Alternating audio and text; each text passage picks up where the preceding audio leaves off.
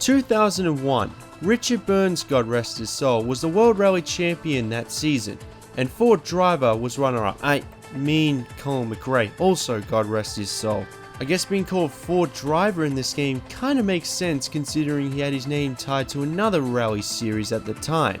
2001 was also the year in which this came out, the first officially licensed World Rally Championship racing video game. This was the first game developed by the very recently defunct Evolution Studios, who specialized in racing games for the PlayStation that aren't called Gran Turismo, like this, MotorStorm and Drive Club. It isn't named based on the year, which is a good thing because all it does is instantly outdated. F1 2010, outdated. FIFA 12, outdated. NBA 2K15, outdated. World Rally Championship? Not really. And look at this. Yeah, don't you think I already know that? So this is basically a rally game based off the 2001 World Rally Championship season, which was the most recent at the time, and it was Evolution Studios' chance to give Sony a good first impression.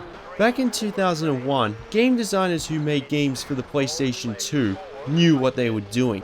For a game that came out in that year, the cars, tracks, graphically doesn't look too bad, until you go off the track.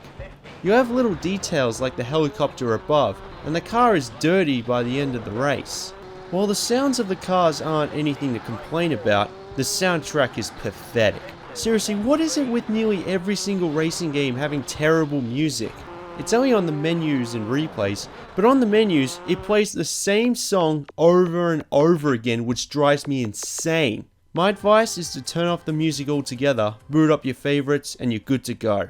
All racing teams like Ford, Subaru and Mitsubishi are here, along with the drivers' names, except for Colin McRae.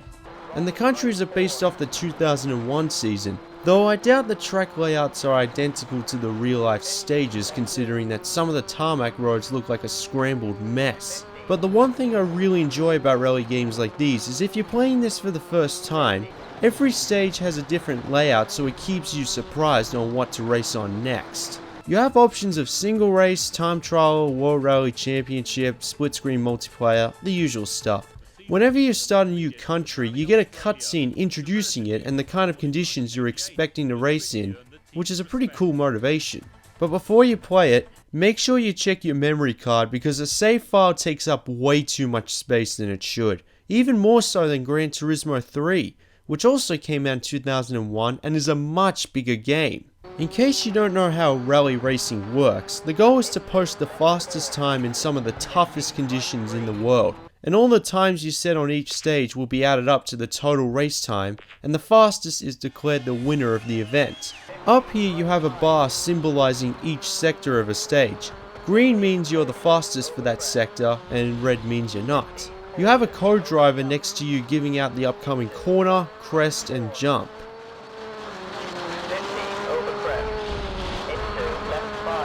It has the correct pieces needed for a rally racing game, but there's not much in terms of gameplay variety. It would have been nice to see rallycross events or fantasy over-the-top bonus rally stages to unlock.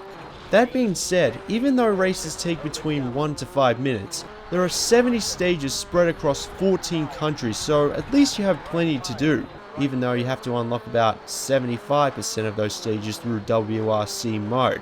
But whatever flaws this game has, it makes up for it with the controls. I'm playing this game with the Logitech Driving Force Pro racing wheel for this review, and all I can say is, wow. The handling is so tight you can finish a few stages going full throttle the whole time. It's until you get to the ones that aren't tarmac does the handling become more challenging. Some stages are even done at night, or maybe it's because the opponents are so slow it has to go on until midnight. But overall, it feels a lot like Sega Rally with more stages and no timer. Who doesn't like that? To be honest, most of the time I forget I'm racing. I just like driving across so many different countries. 50, right 5. 50, left 4. What you see is what you get. World Rally Championship, a PlayStation 2 rally racer based off the season in which it came out, 2001. Is it worth purchasing? Yeah, especially if you're into races. It works best with the steering wheel and it's really cheap. It's the only WRC game released worldwide, with the rest of the series only available in the power regions.